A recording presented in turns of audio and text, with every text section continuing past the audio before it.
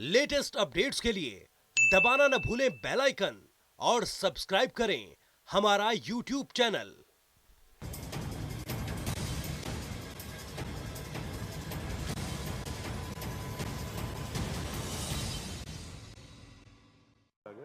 नमस्कार, मैं हूं शशि रंजन और आपका बहुत बहुत स्वागत है जनता टीवी में।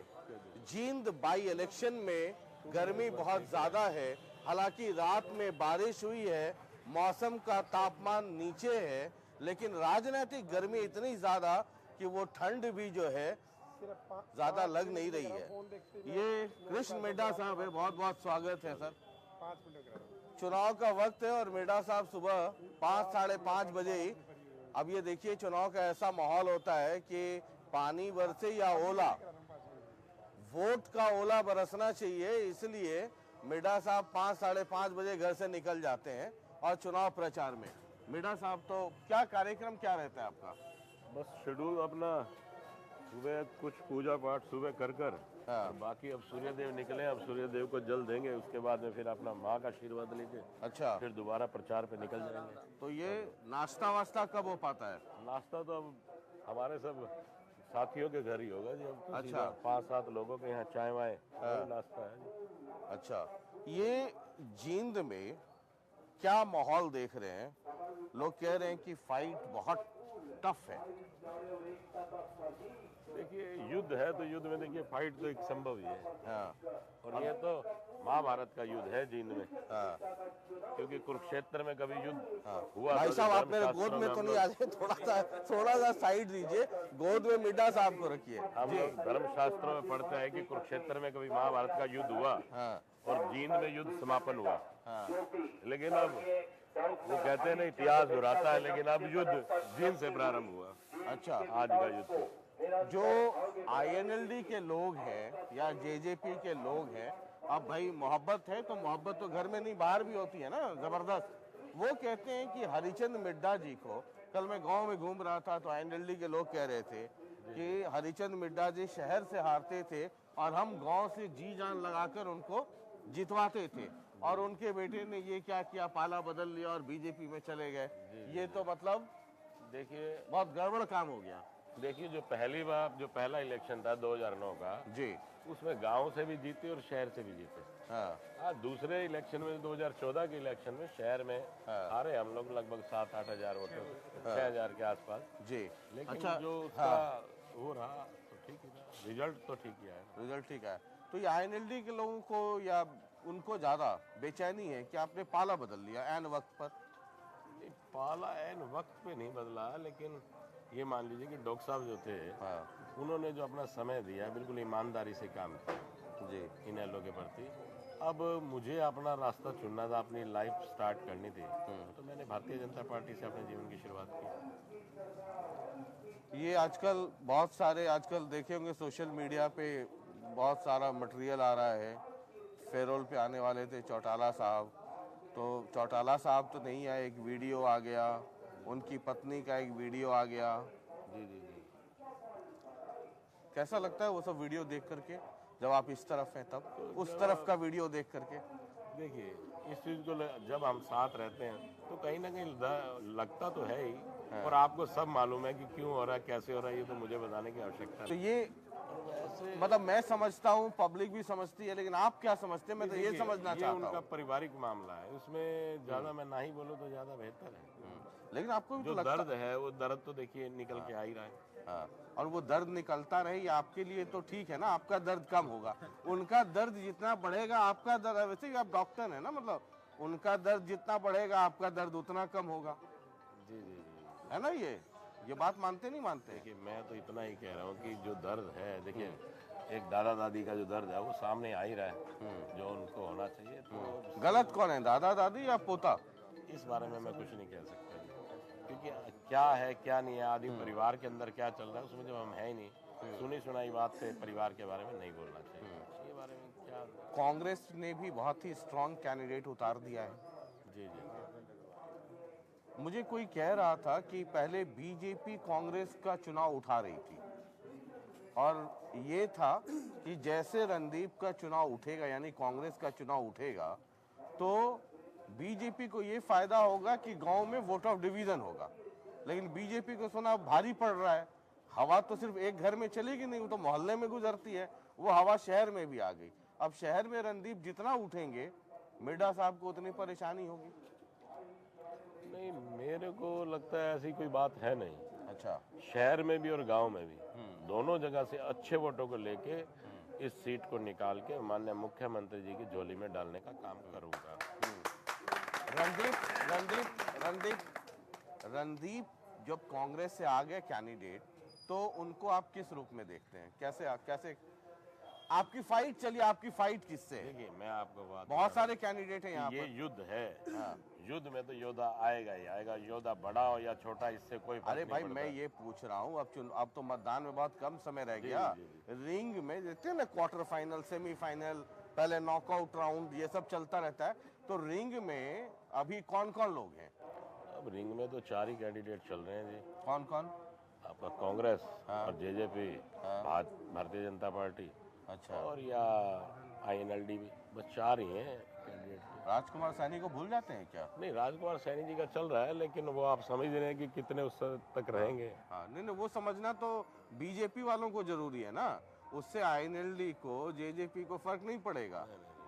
राजकुमार सैनी को समझना तो बीजेपी के लिए ज्यादा जरूरी है।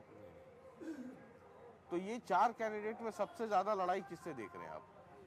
देखिए, मेरे अंदाजे से तो जेजेपी से होनी चाहिए। जेजेपी से है। कांग्रेस? अभी बात यह है कि जिस मैदान में हम लोग खड़े हैं, हाँ, अभी कुछ कहना मुश्किल इसलिए है हाँ, कि जो वोटर है, हाँ, वोटर अभी तक कुछ क्लियर कर ही नहीं रहा। अच्छा, ये तो आप मानते हैं। मतलब- हाँ, लेकिन ये है कि भारतीय जनता पार्टी का जो वोटर है वो बिल्कुल खुल के सामने आ रहा है, जो सबसे बड़ी बात है। क्योंकि बाकी जो वोटर है वो कोई ज़्यादा बोल नहीं रहा, क्योंकि सबके रिश्तेदार, सबके जो सगे संबंधी हैं, सब लोगों के घर में है। तो आप और अंदाजा मैं लगा तो, सकते हैं। और मुझे तो उल्टा दिखाई पड़ रहा है कि दूसरों वालों का वोटर बोल रहा है, बीजेपी वाला वोटर साइलेंट है। आपको तो इस वो तो मेरे कान में आके कहता है कि आप मेरा इंटरव्यू मत कीजिए, 28 तारीख को आप हमें जो करना है करने दीजिए, 31 तारीख को फिर आपसे आप मुलाकात रिजल्ट में करेंगे। जीत देख लीजिएगा भारतीय जनता पार्टी। तो आप कह रहे हैं कि बीजेपी का वोटर बोल रहा है, दूसरा का वोटर नहीं बोल रहा। मैं घूमता हूँ तो दूसरा का वोटर मिलता है, और बीजेपी वाला वो तो मैं चेहरे से पहचान लेता हूँ कि कौन किस तरफ वाला है, वो वाला शांत रहता है। तो आप उसका एंड बताइए ना। आप सबको चेहरे पड़ ही चुके हैं, तो आपको ये भी पता होगा कि जो 31 तारीख को रिजल्ट आएगा वो भारतीय जनता पार्टी के हक में आएगा। बीजेपी लगता है कि कुछ ओवर कॉन्फिडेंट। अच्छा, चल ये देखते हैं, ये आपका क्लिनिक है जी ये मिर्डा साहब का क्लिनिक है, और आपके पिताजी भी यहीं बैठते थे। जी जी जी। तो ये हरिचंद मिड्डा जी भी यहीं बैठते थे इसी क्लिनिक में, और ये जो गली है इसमें ही घर भी है। वो संभवतः आगे वाला जो झंडा लगा है वो कृष्ण मिड्डा जी का घर है। और अच्छा, इसी के ऊपर है। अच्छा, ठीक है, इसी के ऊपर है। तो आइए जरा मिड्डा साहब आपके यहाँ भी देखें। तो आप तो डॉक्टर हैं, तो दवा दारू, अपना बीपी वाली गोली तो साथ ही लेके चलते होंगे ना? मैं अपना बीपी को अप डाउन होने नहीं देता, मेरा बीपी बिल्कुल नॉर्मल ही रहता है। अच्छा, तो ये क्लिनिक है, जी जी जी। और तो यहाँ पे बैठ कर करके एक चेयर जरा इधर, एक चेयर अगर उधर है तो दे दीजिए जरा। क्या आप उधर ही बैठ जाइए। आप लोग इधर आइए। हाँ, मिड्डा साहब दूल्हा है, उनको आने दीजिए, आपका सर आ जाएगा। ये कृष्ण मिड्डा साहब, बैठिए सर, बैठिए। ये कृष्ण मिड्डा साहब हैं जो 2 बार लगातार INLD से, डॉक्टर हरिचंद मिड्डा है जो INLD से लगातार 2 बार यहाँ से चुनाव जीते, और उनकी मृत्यु के बाद ये बाई इलेक्शन हो रहा है। और मुझे याद है कि जनता टीवी में ही मैंने कृष्ण मिड्डा जी यहाँ बैठे हुए हैं, मैंने इनको फोन किया था। तब ये बीजेपी में गए नहीं थे, लेकिन मेरे सोर्सेज ने ये कह दिया था कि आजकल कृष्ण मिड्डा जी की मोहब्बत बीजेपी की तरफ बढ़ रही है। और मैंने इनको फोन किया कि आप दिल्ली जरा आइए, आपका एक इंटरव्यू भी करते हैं। हालांकि उस वक्त किसी कारण से टल गया था। अब कृष्ण मिड्डा जी बीजेपी में चले गए हैं, और बीजेपी में जाने के बाद जो बीजेपी के लोग हैं, जब टिकट बंटवारा, जब टिकट देने की बारी आई थी, तब भी बड़ा उगाह पोह की स्थिति थी। कई सारे लोग आ गए थे और एक सोच ये भी चली थी कि चूंकि मुख्यमंत्री खुद पंजाबी हैं तो पंजाबियों का वोट मिल जाएगा, तो सुरेंद्र बरवाला को ले लिया जाए, जवाहर सैनी को ले लिया जाए।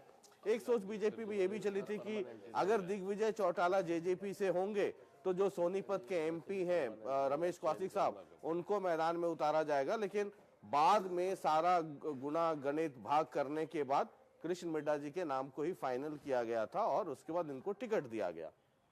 ये एक हिस्ट्री थी, मैंने सोचा कि पुरानी यादें ताजा कर दूं, हालांकि बहुत पुरानी नहीं है।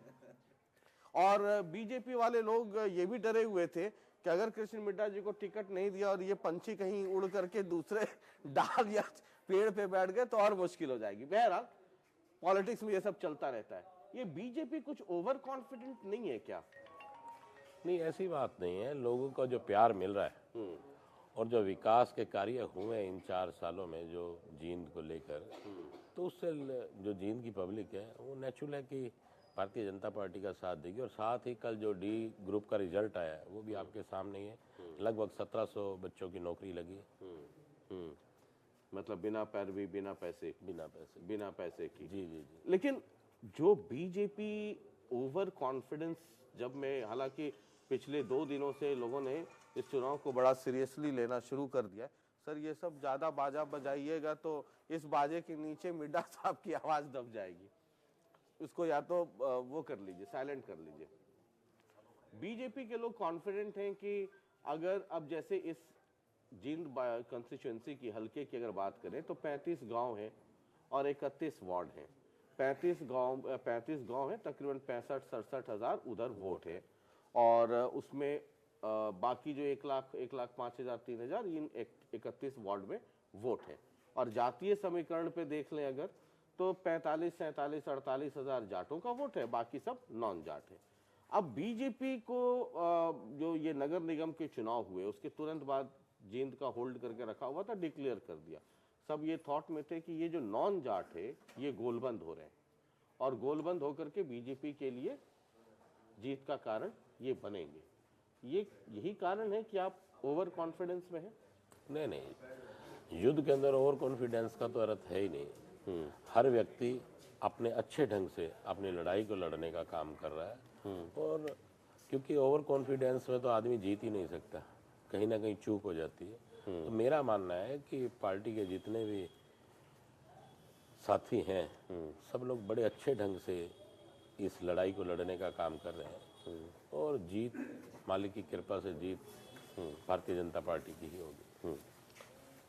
अगर आप जींद को देखें तो इसकी जो पुरानी राजनीतिक पृष्ठभूमि रही है ना, चाहे वो, अरे भाई आपके चाय वाय का इंतजाम नहीं रहता है क्या? बताइए, गला सूख रहा है। मिड्ढा साहब भी इतना 5 बजे से आ रहे हैं, चाय वाय पिलवाइए। हाँ अच्छा, चाय किस चीज में पीते हैं आजकल? मुझे जेजेपी वाले बोल रहे थे कि सबसे ज्यादा प्रचार तो बीजेपी वाला हमारा करते हैं। हमने कहा कैसे? बोला आप जाके देखिए कप प्लेट में पी रहे हैं। बहरहाल ये जींद में जो पृष्ठभूमि रही है ना, चाहे वो आपके सिंगला साहब रहे हों या मांगेराम गुप्ता रहे हों, पंजाबी और बनिया शहर में है ना, बानियों का ये एक टसल की स्थिति रही है। बहुत सारे कारण हैं, बिजनेस और ये तमाम तरह की चीजें रही है। इस बार भी क्या वो अफेक्ट कर रहा है? नहीं, ऐसा नहीं होगा जी, क्योंकि ये मानना है कि मान लीजिए किसी वजह से कभी सिस्टम परिवार का बिछड़ना हुआ, लेकिन इस इलेक्शन में परिवार सब इकट्ठा भी हो रहा है।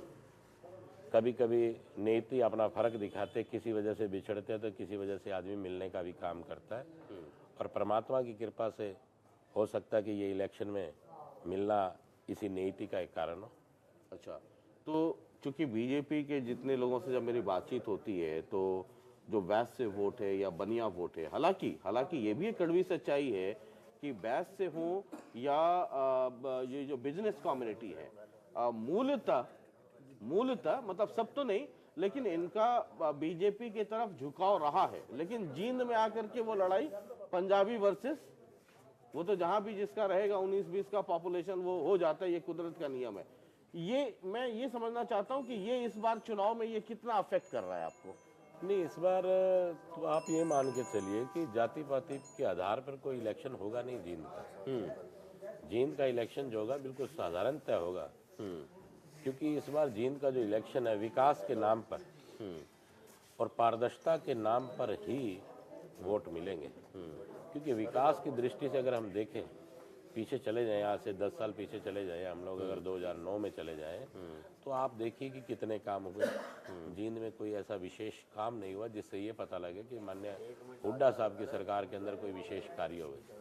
अगर हम लोग 2014 से देखें तो आपको स्वयं ही पता लग जाएगा, क्योंकि आपका तो आना जाना लगा ही रहा होगा। आप स्वयं ही देख सकते हैं बाईपास का निर्माण हुआ जो इतने टाइम से अटका हुआ था। जींद के बहुत से लोग तो ऐसे हैं जो शायद दिल्ली नोएडा इधर गए भी नहीं, जो बुजुर्ग लोग हैं, लेकिन अगर वो बाईपास के उसमें से जाए तो उनको नोएडा जैसी तो फीलिंग आएगी।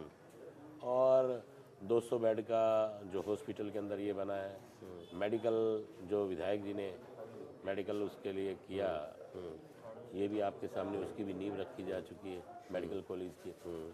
और ये जो हाईवे से जोड़ा गया जी। और ये जो है जी, 2 मिनट रुक जाइए ना, ये बहुत हड़बड़ी में ये रातों रात सड़क बनने लगी, इसको लेकर के जींद में बहुत ज्यादा चर्चा हुई। इलेक्शन को अभी तो इलेक्शन घोषित नहीं हुआ था, तो पहले ही सड़क वगैरह का निर्माण तो पहले ही शुरू हो चुका था। और जो आपका बाईपास है ये तो अब पूरा होने की स्थिति में आ गया है, जो फरवरी में लगभग पूरा हो जाएगा। तो कार्य तो पहले से ये जो रातों रात सड़कें बन रही थी, इसको लेकर के क्या कहेंगे?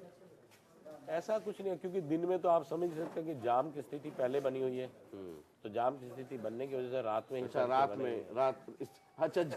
जाम की वजह से रात में बना दे। तो औरतों के कारण है ही नहीं ना, आप भी समझे स्थिति को, तो आप भी आकलन कर सकते हैं कि पहले भी जींद का जो सिस्टम है आपको पता ही है, तो उसी हिसाब से। अच्छा, ये अब कांग्रेस के लोग कह रहे हैं कि ये आपके वाले पोस्टर्स उखड़ते नहीं हैं और कांग्रेस वाले पोस्टर उखड़ जाते हैं। वो कहते हैं ये सरकार बड़ा नाइंसाफी कर रही है। इस बात पे तो हम लोग कह रहे हैं कि हमारे वाले पोस्टर उखाड़े जाते हैं। आप पता कराइए, बहुत से पोस्टर ऐसे हैं जो लगाए भारतीय जनता पार्टी ने थे, उसके बाद में रणदीप जी के लग गए। लेकिन वही बात है कि नेचर वाइज हम लोग इतने सॉफ्ट हैं, इस बारे में चर्चा ही नहीं करते। अच्छा, ये दोनों तरफ से हो रहा है? जी, दोनों तरफ से हो रहा है। अच्छा, एक सवाल और जो मैं समझना चाहूंगा वो ये है कि राजकुमार सैनी जी अभी भी ऑफिशियली तो बीजेपी के ही एमपी हैं। जी। चाय आ गई क्या इधर, या इंतजार करूंगा? भाई मोदी जी की चाय तो बड़ी पॉपुलर रही है जी। चल दी है चाय, चल दी है। अच्छा ठीक है। ये राजकुमार सैनी है ना, ब्राह्मण कैंडिडेट हैं। जी। और अगर आप, हालांकि ये कहने की बात सब लोग मंच से कहते हैं, टीवी अखबार में, कि जी हम तो जात पात नहीं, 35, 36, 38 है ना, लेकिन हाथी के दांत कई होते हैं ना सर, कुछ खाने के, कुछ दिखाने के। और हम लोग तो सर हाथी का जो दांत रहता है, जैसे आप ये मरीज का ऐसे ऐसे करके देखते हैं ना, वैसे ही हम लोग भी दांत देखते हैं कहाँ कहाँ छुपा हुआ है। तो ब्राह्मण कैंडिडेट, और ब्राह्मण भी माना जाता है कि चलिए मोटे तौर पर जो एक मान्यता है कि बीजेपी की तरफ उनका झुकाव रहता है, वो वोट अगर वो ब्राह्मण कैंडिडेट नहीं होता तो उसका एक बड़ा चंक बीजेपी की तरफ आता। अभी भी हो सकता आ रहा होगा, नहीं आ रहा होगा, ये तो 28 को पता चलेगा। मैं तो जो पॉलिटिकल थियोरीज हैं और जो चर्चाएं हैं, है ना, हाँ इधर से आ जाइए। अच्छा ठीक है, हाँ लाइए। अच्छा कि आपने सिर्फ कप लाया, प्लेट लाते तो स्थिति बदल जाती। ठीक है सर जी, मतलब एक ही कप पीऊंगा मैं तो, और उन लोग उधर दे दीजिए। हाँ, ये ब्राह्मण कैंडिडेट, ये लीजिए सर आप, ये ब्राह्मण कैंडिडेट अगर नहीं होते तो आपको फायदा होता बाई एंड लार्ज। अब सैनी है तो कुछ सैनी वोट भी है, ब्राह्मणों का भी 10-12 हजार यहाँ वोट है, सैनियों का भी कुछ है ना। इसको आप कितना नुकसान देखते हैं? अगर वो नहीं रहते तो शायद आपके लिए फायदा रहता। देखिए, तो स्वाभाविक सी बात है, लेकिन फिर भी ब्राह्मण वोट भी भारतीय जनता पार्टी को मिलेगा और सैनी वोट भी मिलेगा, क्योंकि डॉक्टर साहब का प्यार जो है लोगों के बीच में, वो वोट हमें मिलेगा ही मिलेगा। डॉक्टर साहब का जो वोट है वो भी मिलेगा, और साथ भारतीय जनता पार्टी का जो वोट है, डॉक्टर साहब को जो प्यार था, एक ठीक है। ये जो राजकुमार सैनी फैक्टर है ना, ब्राह्मण कैंडिडेट खड़े हैं, खुद सैनी है, और ब्राह्मणों का एक नेचुरल झुकाव जो है, जो मान्यता रही है, क्या है नहीं है मुझे नहीं पता, लेकिन एक बीजेपी की तरफ एक झुकाव रहा है बदलते वक्त के साथ। ये कैंडिडेट का, एक ब्राह्मण कैंडिडेट, वो भी राजकुमार सैनी के साथ मिलकर के उतरना, तो ब्राह्मण प्लस सैनी, ये एक नुकसान देखते हैं? अगर नहीं रहते तो शायद आपके लिए फायदा रहता। नहीं देखिए, ये जो उनका अपना एक उन्होंने चलाया, देखिए फर्क तो कहीं ना कहीं पड़ेगा, ये तो मानने वाली बात है। लेकिन मेरा मानना है, जो मेरे पिता स्वर्गीय डॉक्टर हरिचंद्र मिड्डा जी का जो अपना लोगों के बीच में प्यार था, वो चाहे ब्राह्मण हो चाहे वो सैनी समाज से हो, वो वोट तो मिलेगा ही मिलेगा जो विधायक जी के प्यार में है।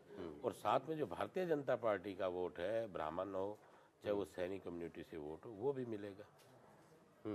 ये दोनों वोट एक अच्छे उससे मिलेंगे हम लोगों को। ये तो मानना ही पड़ेगा कि कम से कम आधा आधा वोट तो लेंगे ही लेंगे, आधा आधा वोट कम से कम लेंगे, मिल जाएगा। मतलब राजकुमार सैनी को बहुत ज्यादा लगता नहीं कि आपको नुकसान देंगे आपके अनुसार? बिल्कुल साथ रहते तो बेहतर था, लेकिन नहीं है तो नहीं, तो कुछ ज्यादा नुकसान होने वाला नहीं है, बहुत ज्यादा नुकसान नहीं है। जी जी जी जी। गांव में क्या स्थिति है? गांव में स्थिति बेहतर है और बहुत बढ़िया है। जितने वोट हम लोग INLD में लेके उतरते थे, लगभग 15,000 के आसपास, और मेरा मानना है कि 15,000 से प्लस ही वोट लेके गांव से निकलेंगे। अच्छा, INLD जितना वोट ही लेके वहां से निकलूंगा, और हर समाज से लेके निकलूंगा गांव में से, चाहे वो जाट समाज है, वहां से भी मैं वोट लेके निकलूंगा।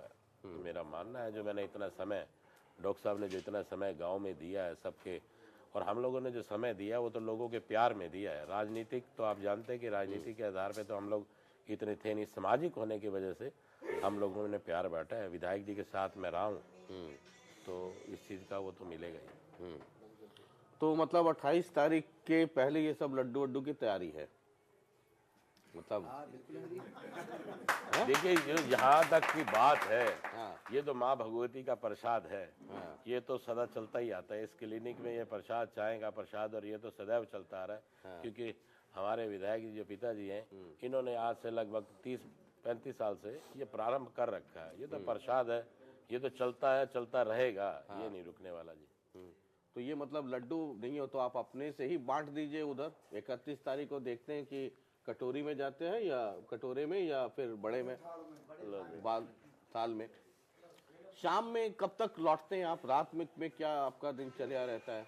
मतलब दिनचर्या क्या, रातचर्या? बस रात को फील्ड में, अब तो यहाँ से घर से माथा टेक के निकलेंगे, तो फील्ड में मान लीजिए कि उसके बाद तो रात में ही आना होगा, 12 बजे 1 बजे जो भी समय बजे। उसके बाद आपका ज्यादा समय जो है शहर में ही बीत रहा है? हाँ, इस दौरान में अभी फिलहाल मैं शहर में, और गांव के भी कार्यक्रम है बीच में। अच्छा, लेकिन ज्यादा कंसंट्रेशन शहर में? मैंने 36 के 36 गांव एक बार पूरे कंप्लीट कर लिए। अच्छा, एक राउंड हो गया? एक राउंड हो गया। अब बीच बीच में जैसे आज रूपगढ़ है, कंडेला है, तो 2-3 गांव हैं उसमें जो कार्यक्रम बीच में चलते रहेंगे।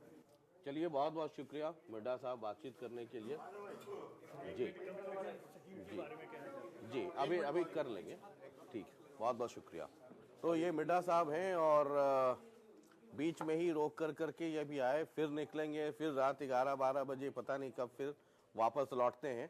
अब मतदान में बहुत कम समय रह गया है, तो ये थर्मामीटर में इनको लगा रहा था बिना बोले हुए, और देख रहा था कि गर्मी कितनी है। वैसे कृष्ण मिड्डा साहब बहुत ही मृदु भाषी, सॉफ्ट स्पोकन हैं, तो आप उस सॉफ्ट स्पोकन में भी, और कई चीज़ें बड़ी ईमानदारी से भी कहते हैं कि राजकुमार सैनी है तो उसका नुकसान होगा, इसमें कोई शक की बात नहीं है, लेकिन जो एक बड़ा चंक है वो हमारी तरफ आएगा। ये भी कहते हैं कि भाई चुनाव है तो ये जो दूसरे नेता हैं ये अभी अंडर ट्रेनिंग है, ये नेताजी अभी अंडर ट्रेनिंग है, वरना अगर नेता ट्रेंड हो जाएं तो जमानत जब जिनकी हो जाएगी, होने वाली हो, वैसे नेता भी ये कहते हैं जी हमारा तो किसी के साथ मुकाबला ही नहीं है।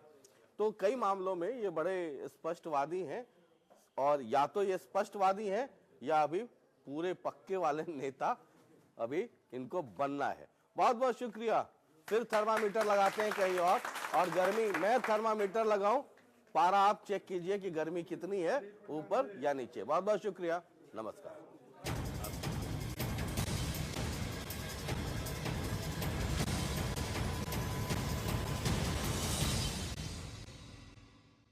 लेटेस्ट अपडेट्स के लिए दबाना न भूलें बेल आइकन और सब्सक्राइब करें हमारा यूट्यूब चैनल।